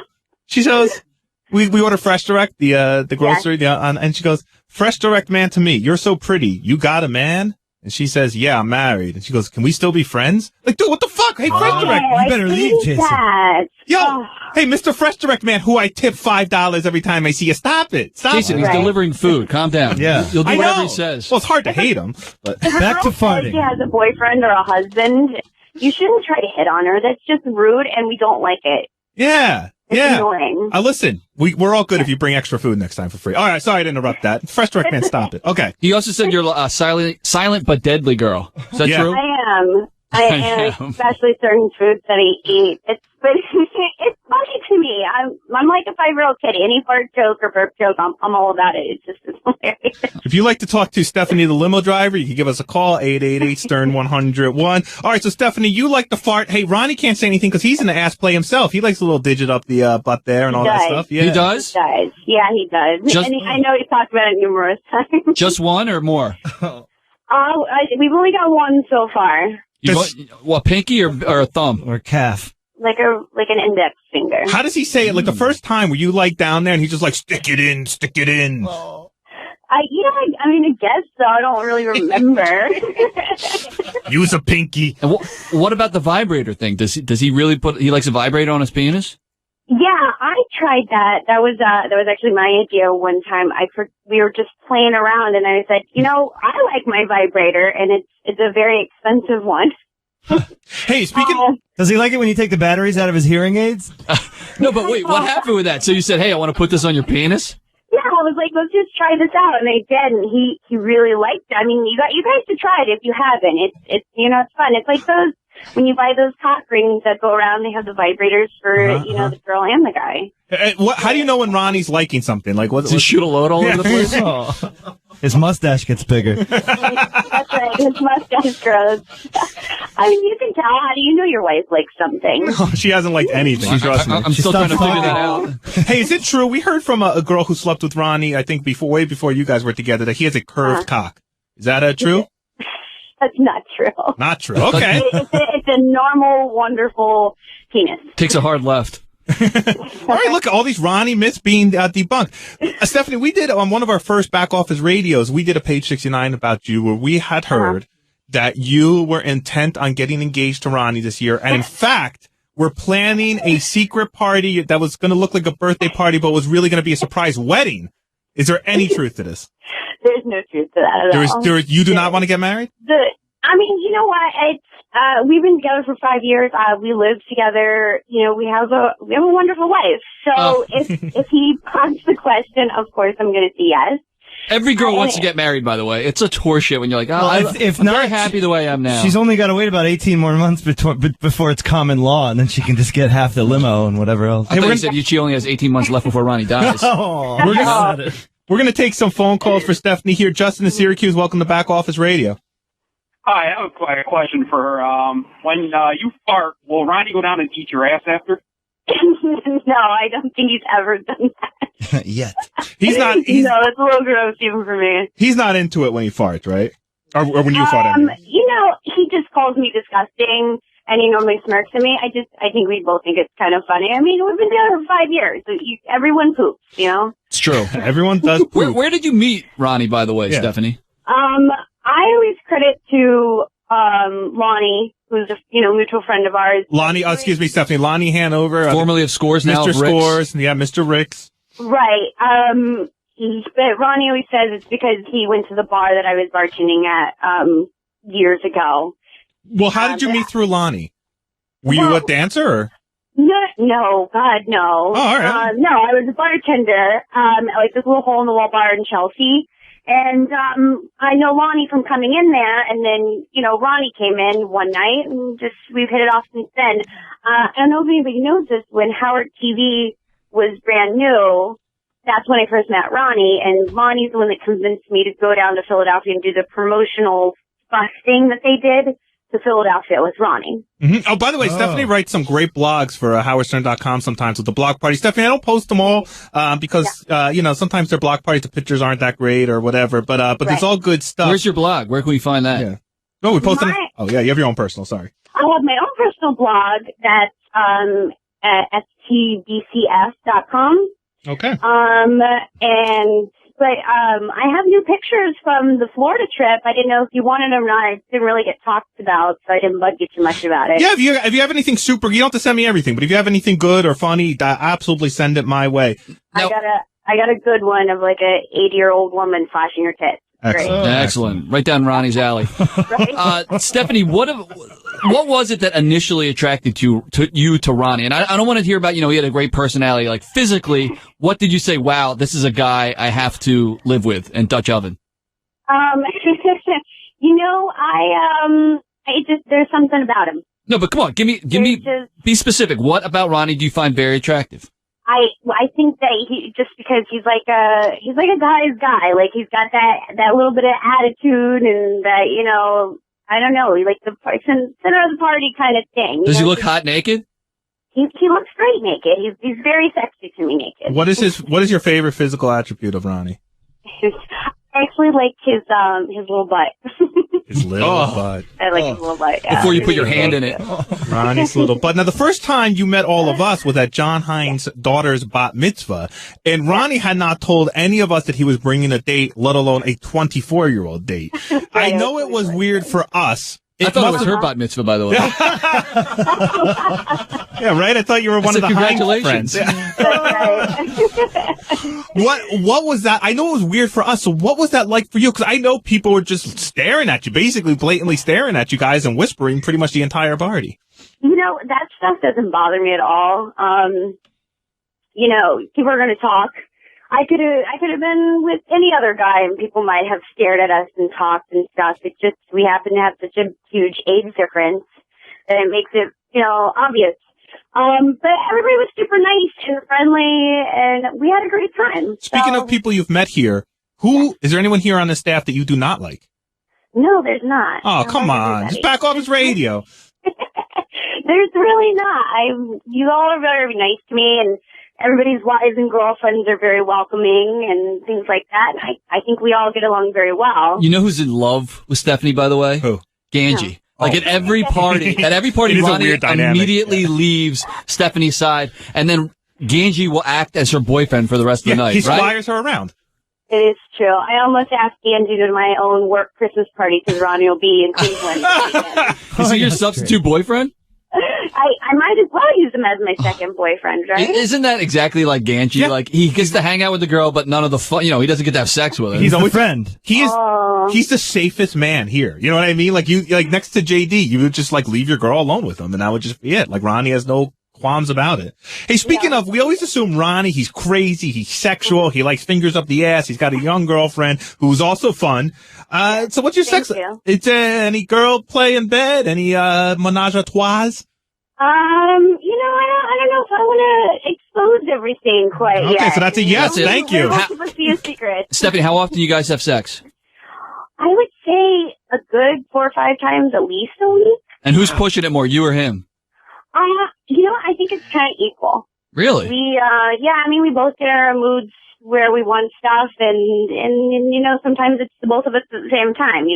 I don't think either one is begging for it more than the other. And what is Ronnie's favorite position? I would say doggy style. Doggy style it is. Ring it up. One more. Is there a Ronnie Mund sex tape somewhere out there? Have you guys ever videotaped yourselves? There is not, but we have talked about it because I thought it would be fun. Oh my God, it'd be the greatest thing ever. It would be very fun, Stephanie. Because I was like, who would want to see that? And he goes, oh, a bunch of people would really want to see it. And I just don't think so, but I think it would be funny to do. Now, you've taken Ronnie home to your parents, right? Yeah, they love him. Your father is actually younger than Ronnie, right? He is, yes. So- my dad just turned 60 this year. Is that strange the first time they meet? Like, how do you explain that whole thing to him? No, I mean, to be honest, I really didn't know Ronnie's age when we first started dating. By the time I knew, it was just too late already. She was relieved. She thought he was 70 when they started dating. Her dad's like, way hey, younger. Yeah. Hey, I saw you online at the pharmacy. Hey, does Ronnie have any old man, like medications, like Preparation H or Denture Cream or any of that stuff lying around? No, he doesn't have any of that stuff. Well, he does dye his mustache, though, right? Yes, but remember, you guys all know that. No, I know. Just from it. I'm going to be doing that soon. Are you in Ronnie's will? If Ronnie was to, since you're not married, if Ronnie was to depart? Do you get that That's a good NASCAR car question. collection? You inherit the pace car. Hey, I better inherit the pace car if I'm going to get anything. I honestly, I don't know. We don't really talk about that because it doesn't matter to me, you know. Yeah, I know it doesn't matter to you. Go to his son and his grandkids and. No, Stephanie, hold on a second. Let's get real for a second, okay? I know you can say it doesn't matter for you. You don't want to look like the young girl that's in it for the money, and I get it. But it does matter. It has to matter. I mean, my wife didn't marry me for my money, God knows. But if I die tomorrow, she's, you know, I have things in place to at least so she could get by for a little while, hopefully, you know? I mean, it's taking care of the person you love. That's not a bad thing. No. And, you know, knowing Ronnie and the guy he is, I'm sure without me knowing, he has done something. Do Ronnie's do Ronnie's grandkids call you grandma? No. I'm just curious. No, I'm Stephanie. Oh, Stephanie. Okay. Jim in North. They have their own grandmother. Yes, of course. Stephanie, have you driven the pace car? I have not, and I'm dying to. Well, he won't let you? Yeah, I wondered if he lets he you. won't. He won't let me yet. No, not yet. Here's one thing I wonder. So there's such an age difference between the two of you. There's got to be little weird things like what television watching, anything. What's the biggest thing that you guys have issues about because of that huge age difference? Honestly, nothing really. We like all the same shows. I mean, even you guys know I got him into Gossip Girl. Right. Oh, yeah. And the music he listens to, you know, I grew up on. Right. The Beach Boys are like one of my favorite bands. So You're an old soul. I am. You're an old And soul. I think that's probably why we get along because he's so crazy and nuts, and I act way older than I probably should. And by the way, Ronnie's like in the Share and like a whole bunch of crappy whatever. So. Yeah. Hey, Jim in North Carolina, you're on Back Office Radio. You're talking to Stephanie, the limo driver. Hey, Stephanie, I'm a big fan of Ronnie's. And Hi. I was wondering, have you ever caught him masturbating? Because he claims he doesn't masturbate at all. Well, he doesn't anymore, but he has masturbated in front of me. We've done that as like a sexual thing before, you know, and I mean, and I've done it in front of him too. You know, it's kind of fun to watch the other one, you know, play with themselves. So. Does he make noise when he masturbates? I don't know if I should tell you that or not. That's what? Come on. That's a yes. I'm supposed to go home. I don't want to get in too much trouble. Hey, he's the one that told you to call in, so now you're all ours. Yeah. Where's the craziest place you guys ever had sex? No, you know what? We really haven't had crazy sex anywhere. Just one place. Give me a good place, like in a car even. I know it's lame, but anywhere outside of a bed. What about Howard's limo? Yeah. No, we've never done it in the limo. But I have thought about it though, because it would be fun. We've done it in his truck before, like one time in the very beginning, and that's it. Everywhere else has been in a nice bed. Hey, Robin and Marilyn, welcome to Back Office Radio. What do you want to talk to Stephanie about? Hey now, hey Stephanie. My Hi. question to you is, do you do anal? Do it. Does Ronnie Yes, we have. He likes it a lot, so I normally keep it as a special treat. I like that. Good answer, Ryan. Wait, I mean he likes to give it to you, or he likes it receiving it, or both. No, he doesn't like it. That would be a little weird for me to stick a dildo in his ass. It's way weirder than a finger or a hand. We stick with fingers. But no, he gives it to me. So, and I mean, it's fun. And as long as you do it the right way, it's good for both parties involved. By the way, Stephanie, thanks for your honesty. You're awesome. One more. Ryan and Milford, welcome to Back Office Radio. Hey, Stephanie. Hi. I have a request for you. Will you grind and do some dirty dancing with John Lieberman at the Christmas party? I just might. I love John Lieberman, so he's my new buddy. So we'll have to see what happens. Hey, Mike, I don't have your location here. Mike, you want to ask Stephanie a question about Ronnie? You just called? Yeah, I'd like to know, Ronnie's always said that it's okay with her if he gets a chance with Lisa G. Is it really okay with her? Yeah, are you guys monogamous? We are monogamous, but I honestly, I don't think Lisa G will ever do it. So he has my full permission to go after it. And I like Lisa G, but I'm not threatened by her. I don't think that he's easy for her. Wow. So does anybody else really kind of envy Ronnie now after this conversation? Because seems like a cool girl. Awesome. I do. I've hung out with Stephanie many times over the she's years. the best. Stephanie's a lot of fun. She is not some gold digging whore. She hangs with us, and she and Ronnie really love each other. And it's great though. Thank you for coming on and giving us a glimpse on the other side of that crazy mud flap of his life. And we'll see you. We'll see you at the party. Yeah, wear something sexy, baby. I can't. I am. Me and one of the girls I work with are going shopping tomorrow. So Nice. yeah, I'm very excited. Beautiful. And next time we'll get into more detail about these menage a trois. That sounds good. I'll have to get permission first. And Stephanie, plug your blog one more time because people are asking. I will. My blog is stbcf.com. And you can find me on Twitter at Miss STG Style. STG Style. Miss STG Style. Check her out. Stephanie, thanks so much for joining us here. When we come back, Will, we have a fantasy football update where JD has done the impossible. JD might be the greatest fantasy football player ever, and I will explain why when we come back. Only on Howard 101. You're listening to Back Office Radio with Will and Jason on Howard 101. Where all opinions are welcomed, even Teddy microphones. This is Back Office Radio with Will and Jason on Howard 101. Oh man, I want you to get the mics. And Teddy and Will were arguing about sports. He called me. He said nobody cares about fantasy football. Yeah, that's which what means I said. basically Right. nobody cares about sports. Lots of people care about both of those things. No, whatever. All right. There's a whole channel here dedicated to fantasy sports. I like it. I just said you have the kid. That's why you're into it now. No, It's that's different. not why I'm into it. It's All because right. it's gambling, and I like to gamble. Oh, okay. There we go. The truth comes out. Yeah, there's money. Of course, sports is fun because you gamble on it. I like fantasy football, and fantasy football is big business. But Teddy, we'll take direction from you. No. Right. Go. I get it. You're a hipster. You're not supposed to care about anything. I like sports. I said soccer. I Soccer's like hardly a lax, sport. bro. I love you, lax.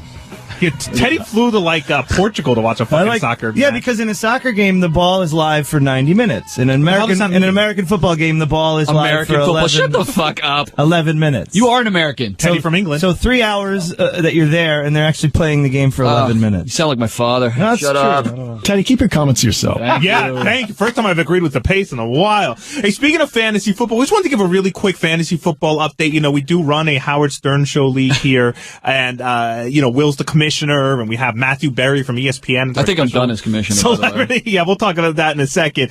But so we just finished a regular, quote unquote, regular season. Yes. And we're now moving into the playoff phase of fantasy football. And J.D. Harmeyer has done what I consider to be almost impossible. It is. It's not very easy. Fantasy football update. I had no idea we had a stinger for that. That's awesome. I like it. So, Will, as commissioner, why don't you make the announcement? Well, JD came in last place 3 years ago, or Yes. 2 years ago. I guess that would be whatever it was. Then, what we thought was the impossible, he came in last place last year. Wait, so he's last place in 2010, 2 last years in a place row. in 2011. There's no way you could do it again, is there? No, it's impossible. The guy knows football. He's Can't a smart happen. kid. You have to try to finish. 3 years in a row, my friend. I love it. He finishes the dynasty.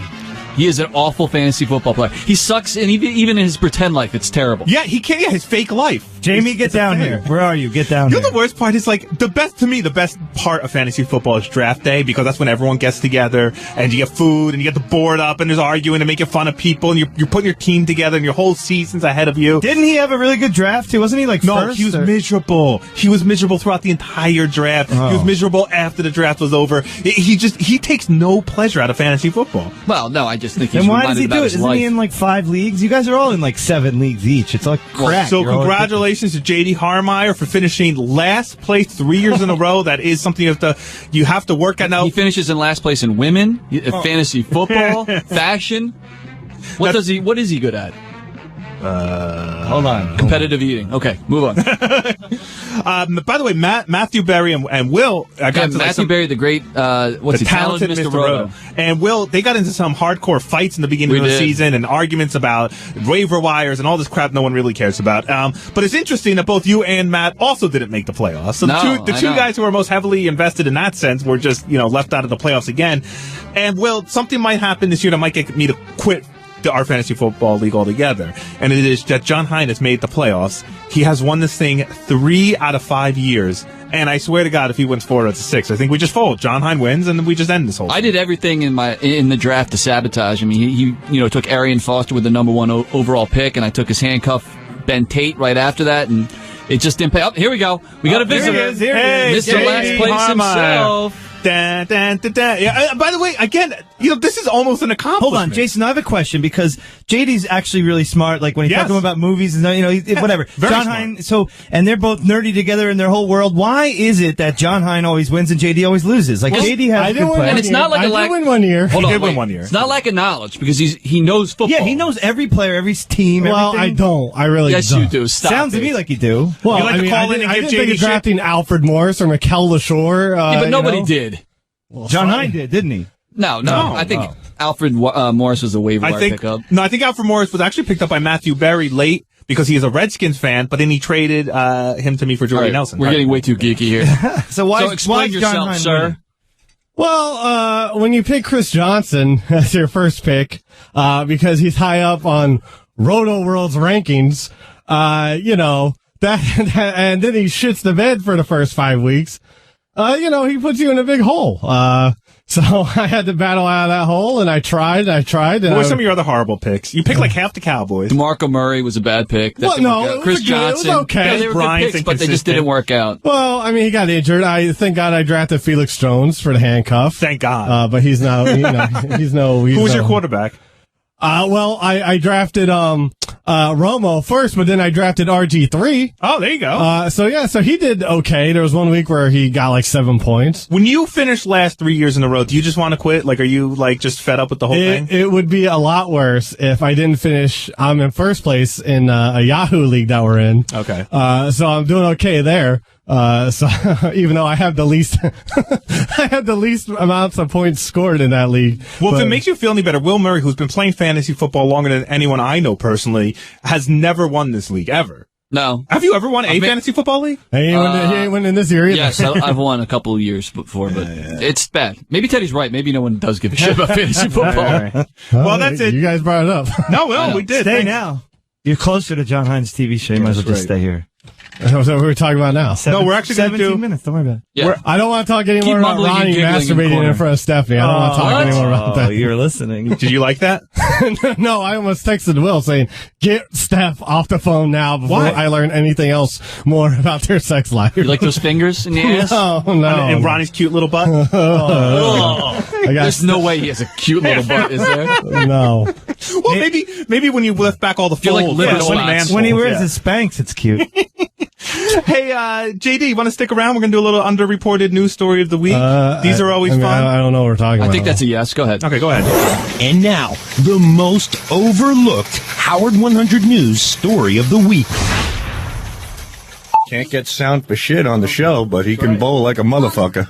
Now, Scott, if you work the microphones like you work that ball, this would be the greatest show on earth. Sal Governale working with Scott the engineer inside Scott's studio Wednesday morning when he heard the news. Scott had bowled a perfect game just 12 hours earlier. You must be in a pretty good mood this morning. I was. Till you got to work. Yeah, right. How did you do last night? I bowled a 300, dude. Oh, the mics are on? Did you hear the mic falling off the thing? The microphone just broke. I'm literally holding up a giant piece of metal just so I can your talk. third chin and just collapsed. Look at him. Did you find a screw? I can't find the screw. God, this place sucks. What the fuck? I think it's fell. Oh, here it is. I found it. We're in the middle of playing that clip, and Jason hits his microphone. It just all falls apart. This happened to Howard when he went on the Alex Bennett show here. It's just, his equipment is ridiculous. Finally, Teddy serves a purpose. By the way, going back, thank you, Teddy. That was good. Going back to that clip that we were just listening to, we don't need to finish it. Scott Salem bowled a 300. And, and really, the story is no one gives a shit. Surprise. He made sure to post a picture on Mildred immediately after it got done. There was 0 comments under it. That's the best part. It's so funny too because you ask him like what happens when you bowl 300? Like it's a big deal to a bowler, right? And he said nothing happens. Like nothing. Like what happens is they get to their last frame and the four other people that are bowling at the same time, he has stopped. Right. And they walk over and they see if he could do it, and then he does it. And they pat him on the shoulder, and then that's it. And he goes back to his miserable life. He said he'll get a ring or something and a certificate. He's gonna get a ring? Like he won the Super Bowl? That's what he told me. Who issues the ring? Does he have to get it out of one of those machines at the bowling alley where like you put a quarter in and you... You want to get on mic, Robbie? Robbie, you got something to say? Sure, it's like the United Bowling Association. They the UBA, because it was during league play. So he said. Oh, it was during league play. Well, that's extra. His first during league play. How's he doing in the fantasy football league? He's doing well, actually. Is he beating fucking Jamie? playoffs? He's in the playoffs. Snuck in. And in fact, Teddy, I'm playing John Hine this week. I need a win. It's the playoffs. Can I get a little prayer? Can I get a little God love for this? Oh, you want to sure. hit me up with For something? the sake of Jesus, we are given up to death, that the life of Jesus may be manifested in our mortal flesh. We are broadcasting live on the Catholic channel. Can you feel it, people? Say it. Amen. Say it. You want to do one more of these Sunday reported news stories? Sure. All right. Have you noticed Ronnie Munn smoking at all at any block parties? I you know what? Don't want to care to comment. I don't know what you know what? Just to protect my friend. Well said, as always. And my memory possibly not being good. I don't know. Great testimony. J.D. Harmeyer, unwilling to confirm what we J.D. observed Harmeyer, on a Howard TV video of a recent Ronnie Munn block party appearance. The video capturing Ronald Munn puffing on a cigarette.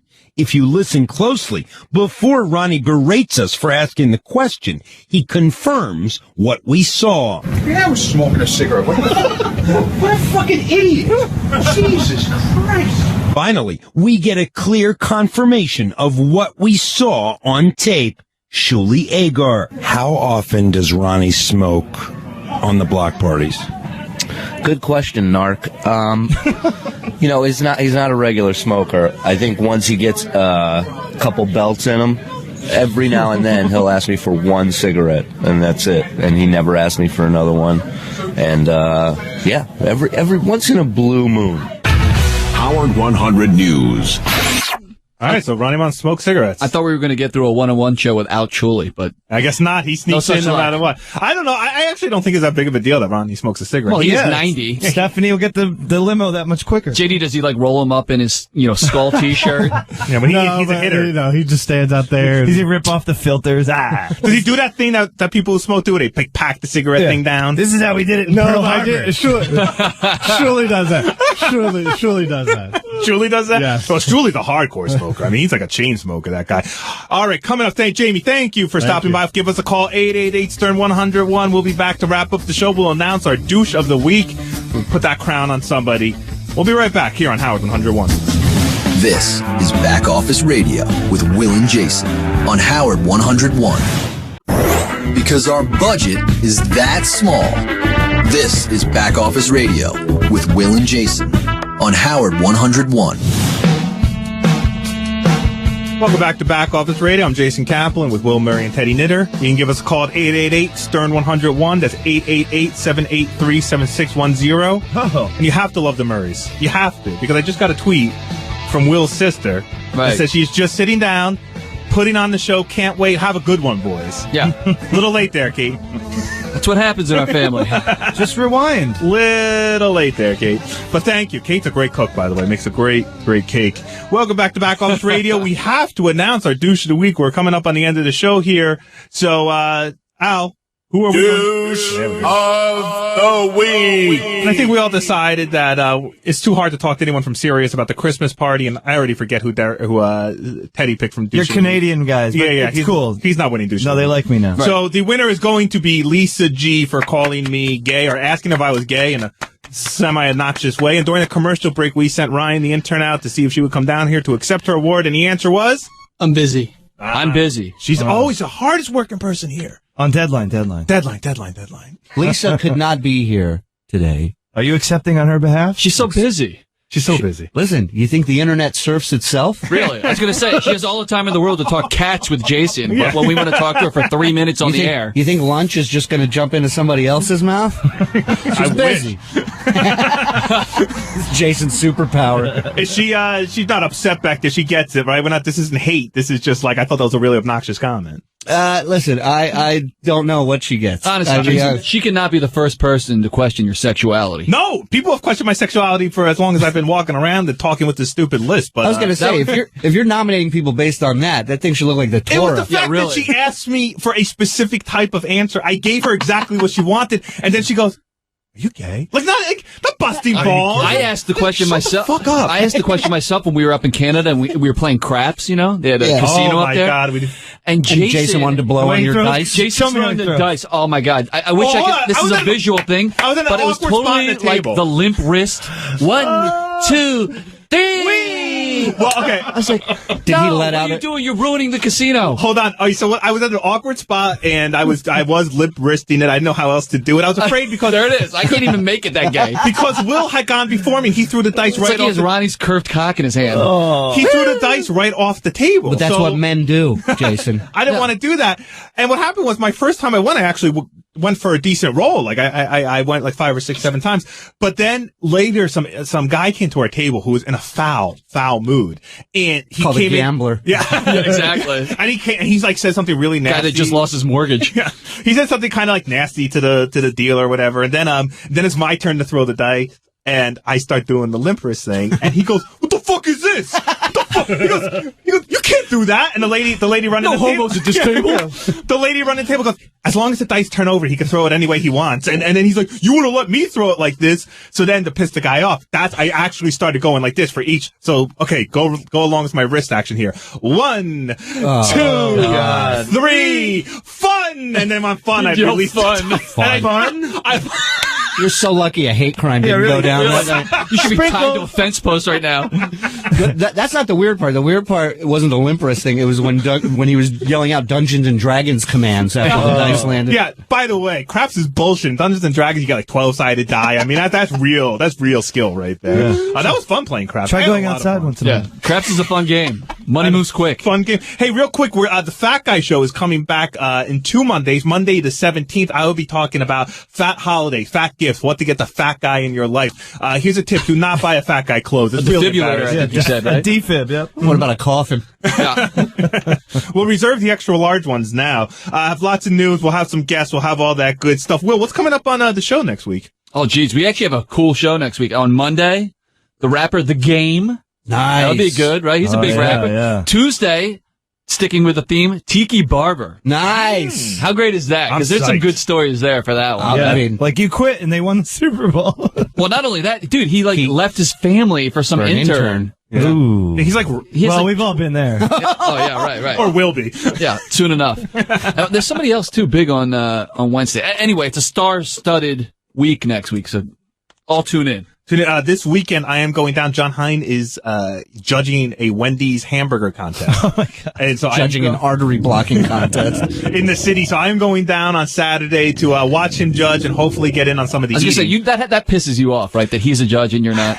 Yeah, I'm trying. You know what? Me going to this is me trying to get past it all. You know what it is? This is my issue now. You're not coping. His. You're coping. You're going for the free burgers. Who the fuck? Oh yeah, no, absolutely going for the free burgers. But no, I'm actually, I actually think it's cool. I think it's a cool event. I'm going there to cheer John on, and I'm going there to eat a lot of burgers. What? I don't believe you're cheering John on. I believe you're waiting for something to happen. Yes. He can't show up, and Jason is there in the wings as the understudy, ready to go. I am hoping he falls into a diabetic coma halfway through. Oh, by the way, I just remembered Wednesday, Sharon Osbourne and Tan Mom. Do you remember Tan Mom? Oh my God! I'm so excited for this. Yeah. I wonder if her and Sal will trade tips. Like, how do you tan? Yeah, exactly. I used to spray tan. What are you up to this weekend, Will? Hang with this kid, being lame. Yeah. Sorry. Teddy? I'm going to San Francisco. Of course you are. Visit my family. Yeah, Rich Teddy flying all over the world. Well, you know. What about you, Al? You never get to say anything on the show. What are you doing this weekend? Shut up. Nobody cares. Yeah. Shut up. I was going to say nothing interesting. Jason, you? I just said the burger contest. Oh, and I'm actually doing something so lame. It drives me nuts. Janice, my wife, she wants to go look in an apartment, like to buy. Yeah. We're in no position to buy anything. Oh, that's fun. Do it. You think so? Yeah, I like not? seeing how the other half lives. Oh, thanks for asking, Jason. I'm going to be in Cleveland tonight, tomorrow night, and Pittsburgh Saturday night. Ronnie Munn Block Party. A lot of fun, people. Bye. Check it out. Fun. And that's it on Back Office Radio, only on Howard 101. Thank you for listening.